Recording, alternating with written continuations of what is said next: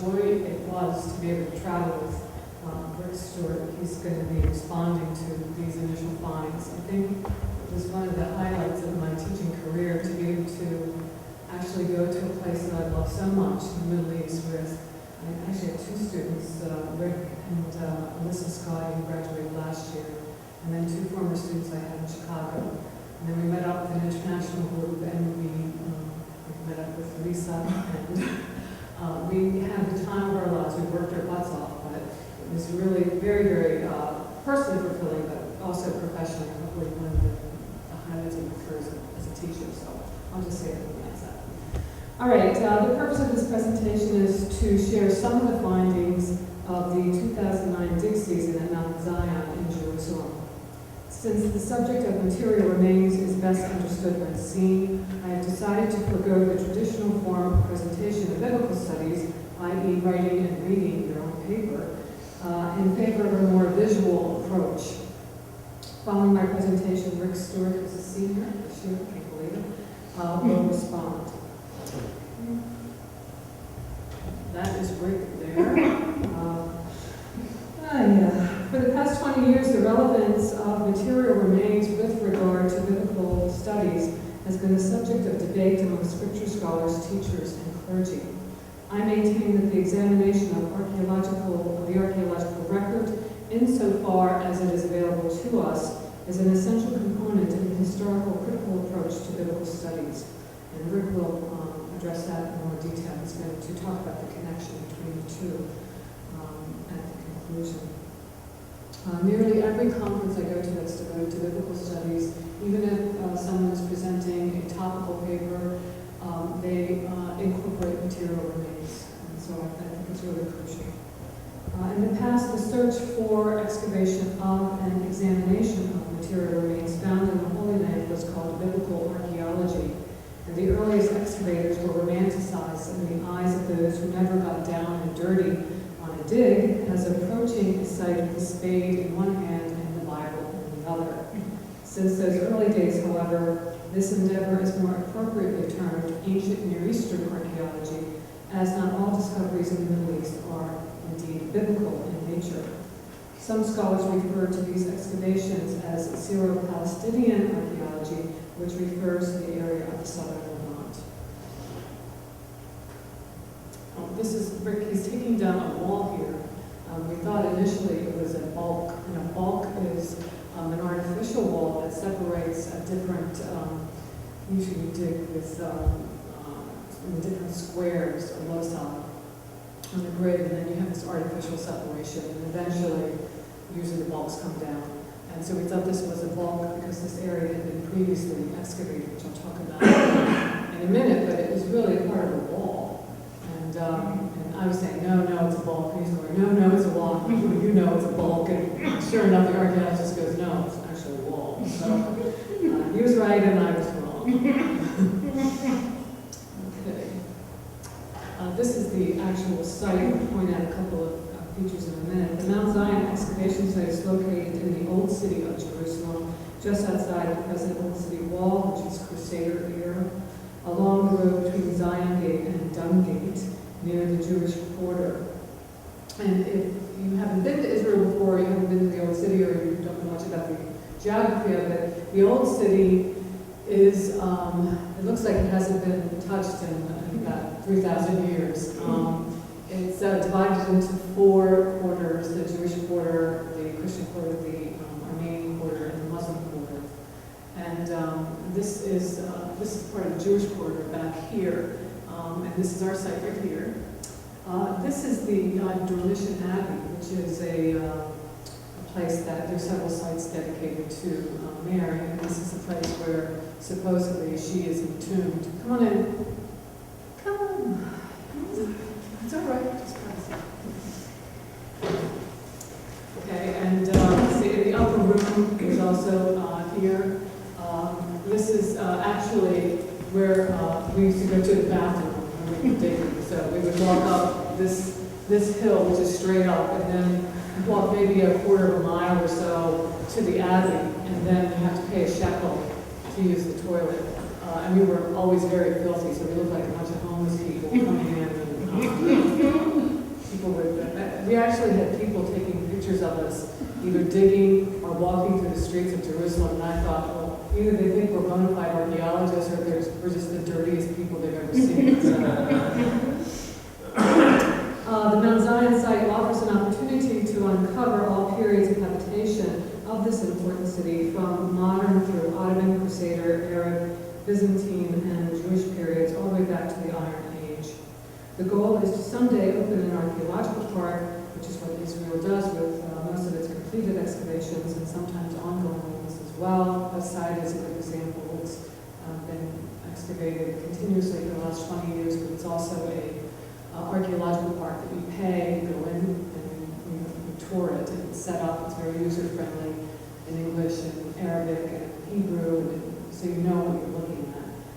And you know, the Israelis take their archaeology very, very seriously. They have about 115 of these archaeological parks set up where school children grow up knowing their history through archaeology, and they are very fluent in speaking about archaeology and throwing around archaeological lingo left and right. So I have to also say that this site is in the old city. Israel does have a new city, and we call it the new city. And it reminds me a lot of Providence. I don't know, Lisa spent some time there. It's the same kind of feel to it. It's not like a huge city like Boston, but it's a sizable place. But I obviously partial to the old city.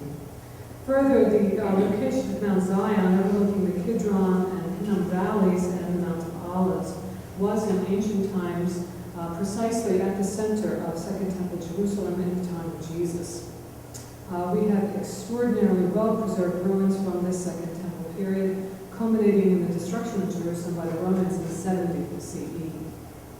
Our major goals this season were to remove much of the garden fill and rubble that had accumulated over the past decades to get down to the archaeological layers below, with particular emphasis on the Second Temple period.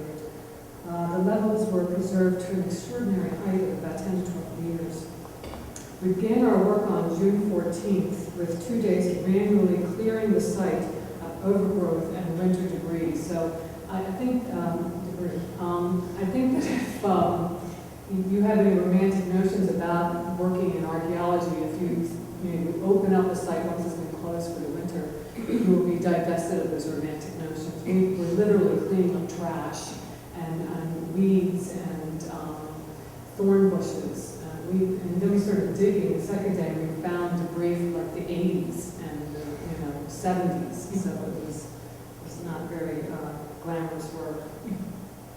At the time, heavy earth-moving equipment was brought in to remove up to 1 meter of modern garden fill, and tumbled boulders left from the building of the modern road, which you see right there, that parallels our site. And people would drive past and take pictures and stare at you, to the fence and ask you questions.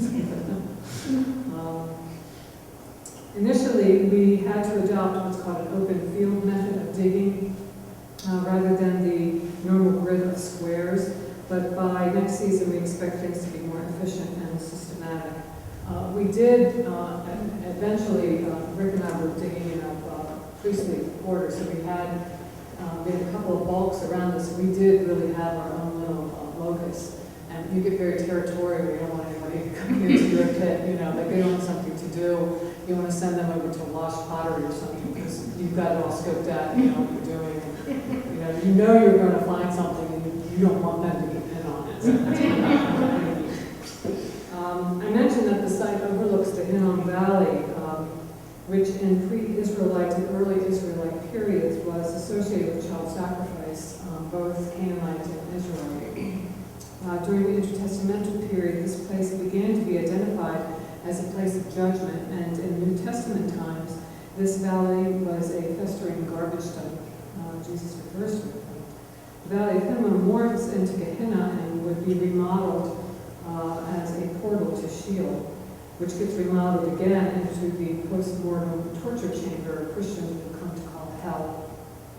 We all joked that we were digging on the edge of hell, and some days it was so hot that it was more a reality than a joke, I think. But that little stately green, that's the Hinnom Valley. Okay, during the Roman period, Mount Zion was well inside the walls of the ancient city of Jerusalem. And again, you can see the Hinnom Valley and the Kidron Valley as well. And this is the Temple Mount. Okay. Nearby are many important places in the history of Jerusalem, namely the Praetorium, where Jesus was tried for Pontius Pilate, the house of Caiaphas, and houses of other priestly families in the upper city of Jerusalem in the first century. In the Byzantine period, which is about 325 to 638 CE, the area was situated at the southern end of the Cardo Maximus, which was a grand columned street. We found some lovely Byzantine glass that it appeared to have been a bowl that was shattered because it had a lip that was ornately decorated by hand, just absolutely beautiful. And it was crushed, unfortunately, but we kept finding shards of it. And it was so finely blown, there were pieces of it that were as thin as maybe like a contact lens. And I was thinking, how could they have done that back then? Just absolutely gorgeous. I wish that we would have found it. Probably I don't know how it got destroyed, but it was really beautiful stuff. This is a satellite view of Mount Zion, and just to situate you, this is the Temple Mount here, so you can see the dome of the rock. A little further in this direction, they're excavating the city of David, and there's lots of controversy about is this actually the city of David or not, but it's an ongoing excavation. We're doing lots of documentaries on that right now. The summit of Mount Zion was the location of domestic dwellings during the early Islamic period. The Crusaders built their fortifications across the crest of the hill. And in the early 13th century, the local sultan destroyed the gate tower, which was located in the area of our excavations.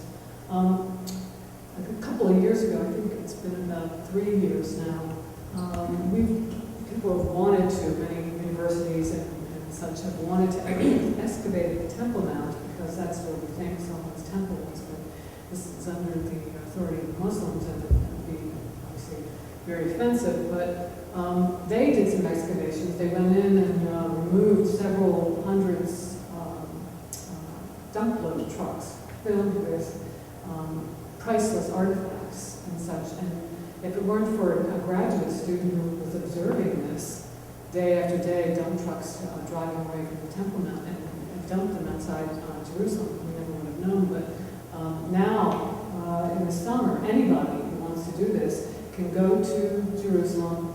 You can do an afternoon, you can do a month, anytime, and sift. All this debris is being sifted, and thousands and thousands of just incredible artifacts. Of course, they're not found in situ, so it's hard to date them and all that, have been found. So it's really a very politically hot spot anyway. But when you add archaeology into the mix, all the three traditions claim that this is an important place for them. So everyone's interested in working there, but we can't. We're not too far from it. In any case, early excavations on Mount Zion in 1977 through 78, Magnum Broshi of the Israel Museum began archaeological excavations just below the southern Old City Wall near Zion Gate. And you situate yourself in the Old City by which gate you live near or you work near. Near Dunn Gate or Jaffa Gate, or that's how you kind of get yourself around the city. But in any case, Broshi's task was to clarify the date of the fortification tower situated at the base of the wall and to establish the stratigraphy of the area to its south. These excavations were intended to allow for the construction of a new gate to an underground parking garage in the Jewish quarter. The plan for the garage was scrapped, and the excavations ended abruptly in 1978. We spent a lot of time cleaning up prior packing and garbage and things from Broshi's dig once we got done on our own. The area was later included within the Jerusalem Municipal Gardens, and it was surrounded by a low fence, but there were deep pits left by the excavations, and they were a danger to people who passed. In 2000, the excavations at the two objectives: to record data on the earlier excavations and to clarify the chronology of the different levels of the site, ranging from Second Temple period through Ottoman periods. Again, for reasons that are unclear, the excavations came to an abrupt halt. The University of North Carolina at Charlotte began excavating again in 2007 under the co-directors Dr. James Tabor, who's a New Testament scholar, and Dr. Sharon Gibson, who is an archaeologist who grew up in Israel, has been digging in Israel since he was a kid, and he is probably one of the most respected archaeologists alive today, so it was great to work with him. Okay, now I'm going to talk about some of the finds, and we have some background to situate this. The 2009 season yielded some remarkable architectural finds, including a sequence of building remains dating from the First and Second Temple periods through the Byzantine era and early Islamic periods. Vaulted ceilings of houses that were partially destroyed in the year 70 by Titus and the Roman legions have been uncovered, and we expect to fully excavate them this coming summer. The Roman invasion of 70 CE resulted in the people abandoning their homes and literally running for their lives. Though this was a traumatic time for the Jewish citizens of Jerusalem, we can learn much about the way they lived and worked, because when you're running for your life, you don't take a lot with you. So we have uncovered an inordinate amount of artifacts from this time period. There are instances, of course, where people knew that they were going to be invaded, like the Bar Kokhba revolt, for example, and people took, they took their prized possessions and then they hid out using the hills. We had one cave that was excavated, contained about 17 bodies, but it contained a leather pouch with 35 papyrus documents in it that gives us a really good indication of the legal system and women's status during antiquity. And in that cave also were clothing and keys to the house. I guess they thought they were coming back. They hid in the cave with the Roman legions. They can't try to roll them, so they couldn't escape. In any case, I'm going to talk more about that invasion with regard to the site in a moment. Further up the hill, digs revealed typical Roman wall paintings with floral designs showing buildings and birds, similar to those unearthed in Pompeii and Herculaneum. So many of you visited those sites in Italy destroyed by Pompeii and saw the frescoes on the wall. We found some that were very similar. In addition, a large arched building with a mosaic floor preserved to a height of 3 meters from the Byzantine period was also uncovered. Perhaps it was part of a building complex or street associated with the nearby Church of St. Mary. Artifacts such as this one, this is an intact lamp, oil lamp, with the oil in the center and the wick come out on top. We found tons of these, all decorated and beautiful. Some of them still have paint on them. Just lovely. In fact, we were standing there and this came out of the ground. The guy next to us kept finding things, and we weren't finding anything for a while. And at first you're really happy for them. You're like, yeah, that's great. Oh, another one. We was finding coins. About the 8th or 9th find, we were taking bets of who's going to push them over the side. We also found some asherim, and these are fertility goddesses. And I have some here. Start to circulate those through these. And there's also a potsherd. You can see that. We found tons of those. Asherim were fertility goddesses that were worshipped actually by the Israelites. You find them almost always on Israelite sites. She's mentioned in the Hebrew Bible about 40 times. And you find them where we think they kept them under their beds and, in pantries, and you find little ones in pockets. There's a flat one going around now that they put on their wall, wall decoration. So we found a bunch of those. Ivory carvings. I found an ivory carving of a scarab beetle, which is really exciting. Lots of glass and stoneware were also found. Here's our third here find. We found hundreds of coins since 2007, most of which come from the Roman period. Coins enable us to date a particular level. When you find a coin, you usually stop and take measurements so you know what level you're at.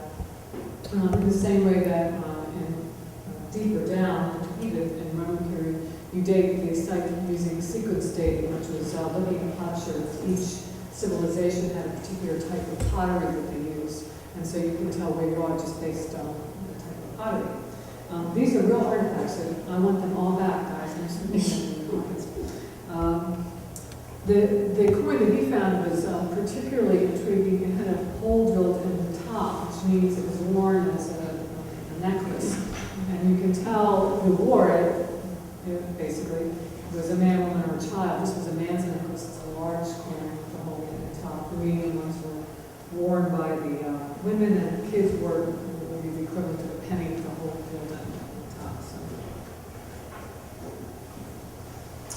top. We think that this area that we were digging in, this area of the Upper City, served as the priestly quarter of Jerusalem during the Second Temple period. In support of this were interesting finds, including an ornate window screen made of stone, which is a typical feature in priestly quarters.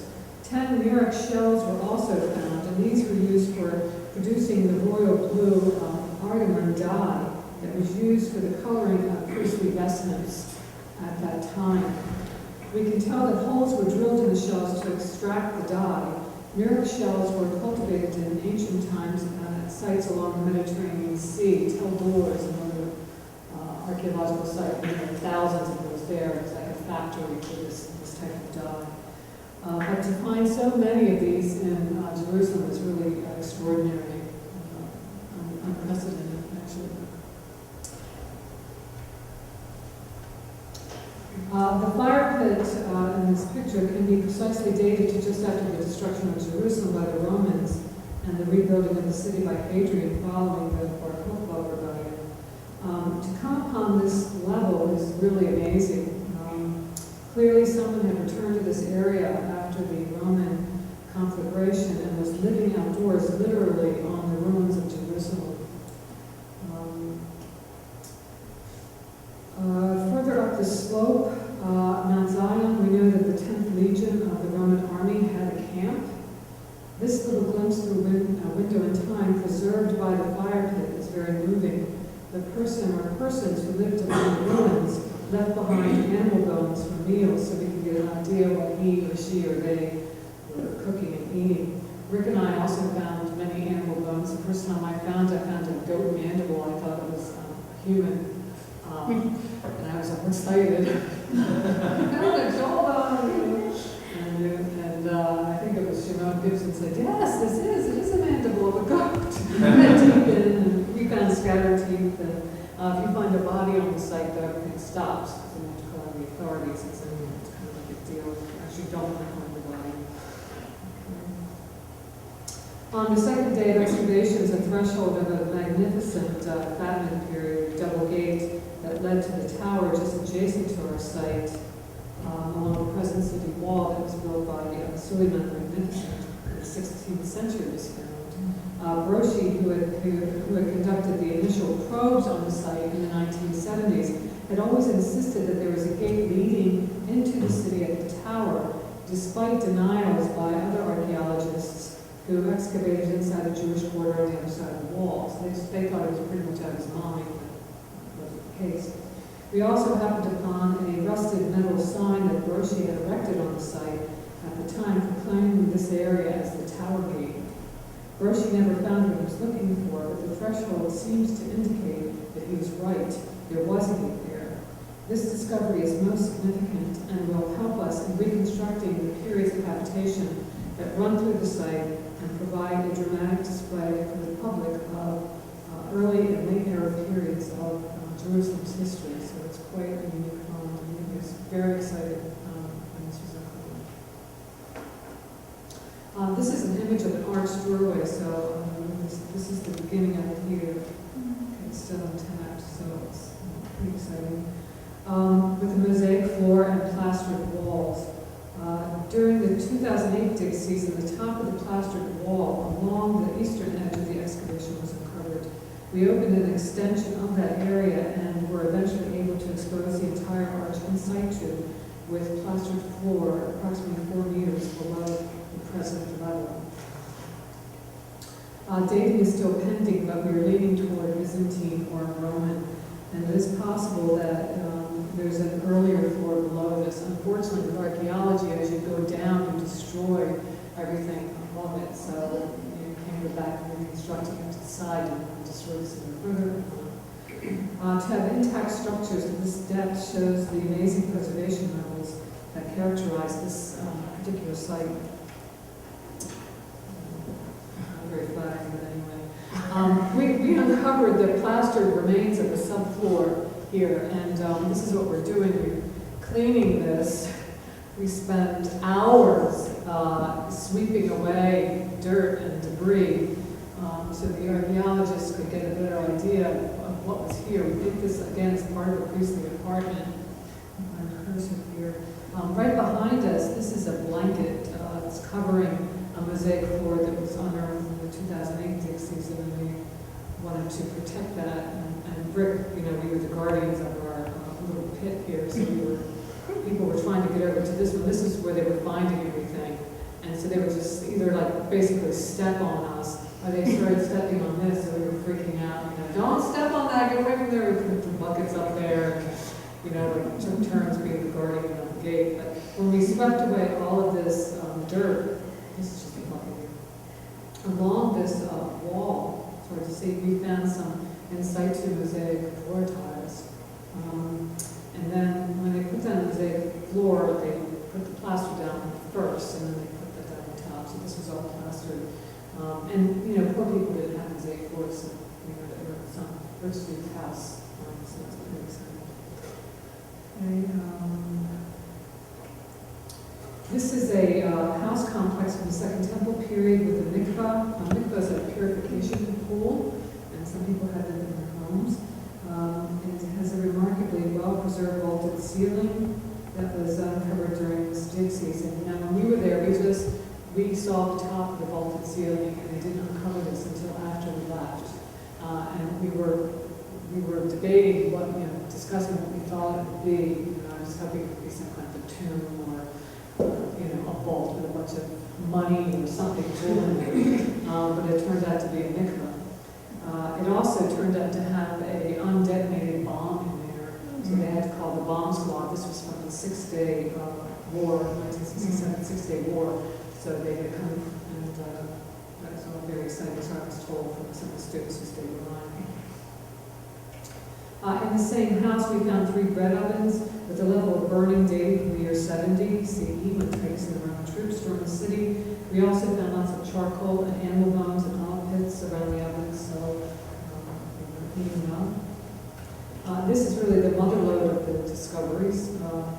It's a priestly cup. This is a close-up of a unique 10-line inscription on the side of a stone cup commonly used for ritual purity during the 1st century. Inscriptions of this kind are extremely rare, and only a handful have been found in scientific excavations in Jerusalem. The inscription is presently being deciphered, but they're not really sure the meaning of the text because they think it was deliberately cryptic. We can see, for example, the divine name, but the script is very difficult to read. The story attracted worldwide attention and appeared in the LA Times and in the Jerusalem Post. And this is what it looked like. We were standing there and we pulled it out of the ground, so it doesn't look like it's very impressive. This side is what a normal stone vessel looks like. Priestly families use stone vessels for ritual purity because clay pots and clay vessels are porous and can transmit uncleanliness. Okay, so I think that's all that I'm going to say. These are the highlights. There are many other things, but unless you're really into it, you'll fall asleep. So I'm going to let Rick respond, and then we'll take any questions that you have.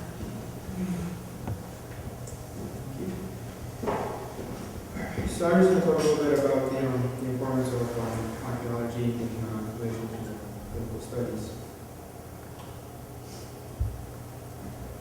And just going to talk about, this was one of the gates, the city of David, fortified by King Hezekiah and destroyed by the Babylonians in 586 BCE. And this was the upper city in New Testament times. So the upper city is what we have previously understood as the wealthier part. I mean, we thought the lower city was the poor part of the city, but as Shimon mentions in his book, The Last Days of Jesus, about the final days of Jesus, he said that the lower city probably was not a poor city as we previously understood. It was probably, either a middle class or a wealthier part of the city as well, because they found palatial homes and palaces there. And the Murex shells at Mount Zion, that's an important find because that does allude to the fact that this was a priestly area, and it has direct connections to the Bible. So I'll just read the passage where that is in Numbers. The Lord said to Moses, "Speak to the Israelites and tell them that they and their descendants must put tassels on the corners of their garments, fastening each corner tassel with a violet cord. When you use these tassels, let the sight of them remind you to keep all the commandments of the Lord without going wandering astray after the desires of your hearts and eyes. Thus you'll remember to keep all my commandments and be holy to your God. I, the Lord, am your God, who has God out of Egypt, that I, the Lord, will be your God."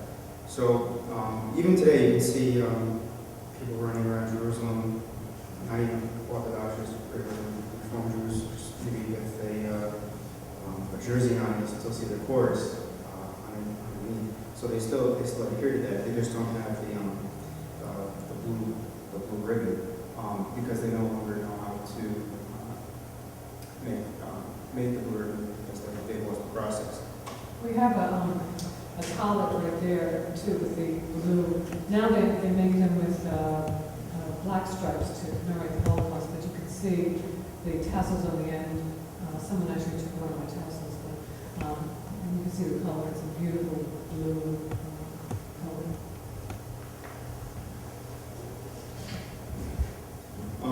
So like I said, Archaeology has painted a different picture of Jerusalem past few years.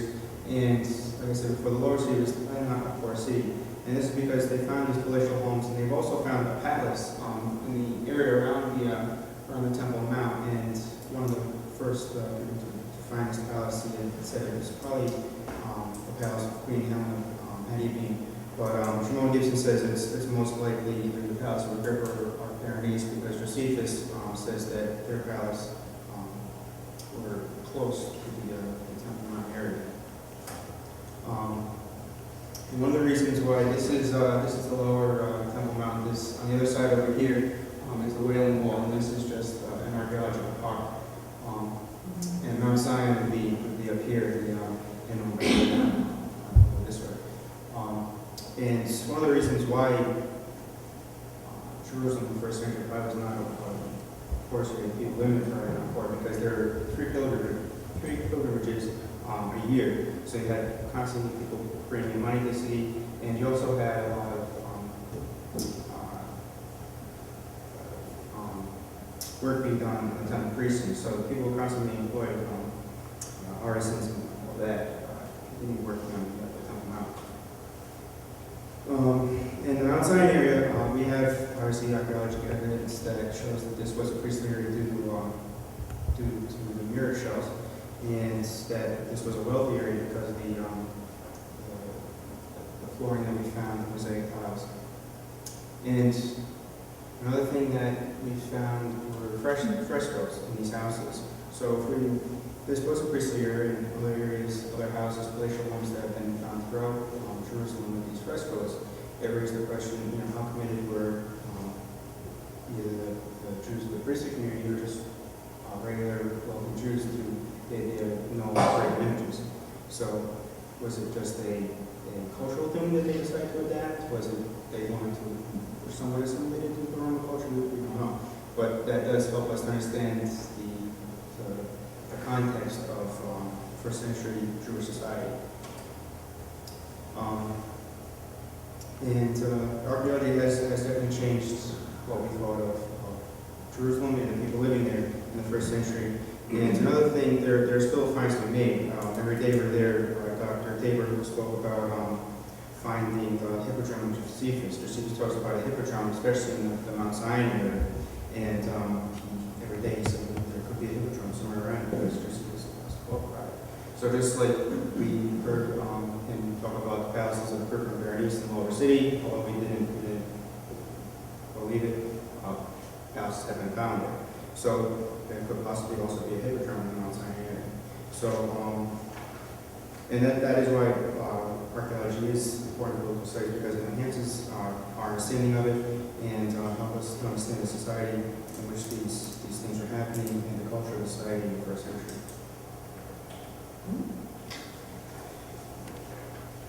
All right.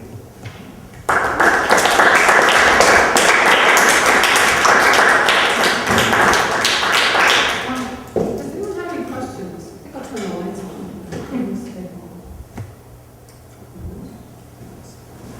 Any questions for Rick or for me? Yes. How did you get out of the country with artifacts like this? Yeah. Oh, those were not from Israel. You can't get out with a grain of sand that's from Israel. Trust me. So these were purchased. They were given to me as gifts. I would never buy an artifact myself.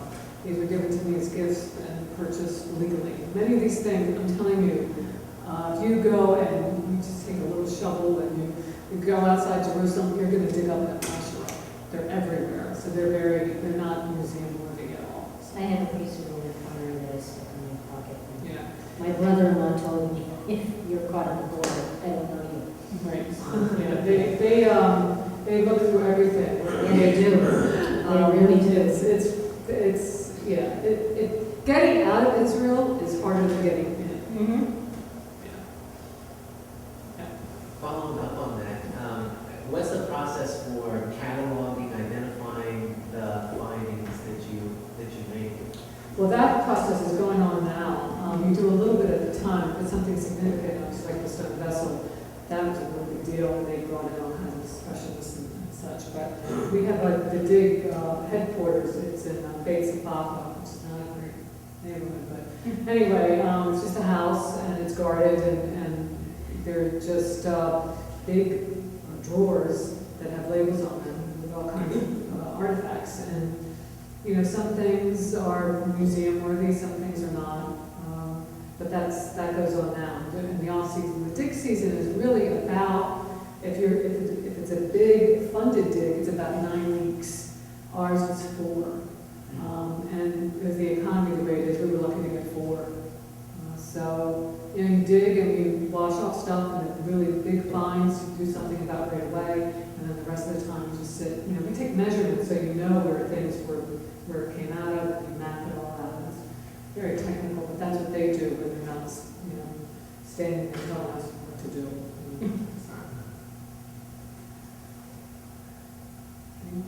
Comment on the blue in the shells.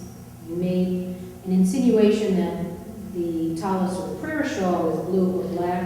It's actually many different colors. You can get female prayer shawls also in pink and purple and silver and gold or whatever. The blue shell, they can't replicate today. They don't know. But they do know it was very difficult to do. And it was for the priestly garments. However, the passage from the Torah that talks about one thread of blue in your fringe was so that every person had equal importance to everyone else. You could all afford one thread of blue. And for a while they did have one thread of blue in the fringes. The fringes actually is not that. The fringes is an undergarment my son wears, and it's, you put your head in it. It's like a poncho. Jacket, yeah, it's a poncho with fringe on it. Well, some Orthodox groups are actually, they have recovered what they think is the appropriate method from the Torah, and they've begun to dive. Yeah. So that this is something that's starting, I think, in the next few years. I'm betting when we go back next summer, we're going to be seeing. And the fringe garments are only worn by the Orthodox. They are not worn by Reform, Conservative, or Reconstructionists. So just an FYI to you. Yeah, the tzitzit. They were kids. Only Orthodox children, only men, children and men, Orthodox only. So the kids, a lot of them wearing the big. Right. The kids put the jersey, I mean. Yep, and they have the fringe, the boys always. Right. Because they start from this big on up with the fringe and then they start growing the pearls. Yeah. Does your grandson feel like that's? By the way, I have news. Oh, good. Yep, they called 2 days ago. They're expecting end of April. Congratulations. The first ranger. That's wonderful. The first of 50. Yes. Lovely.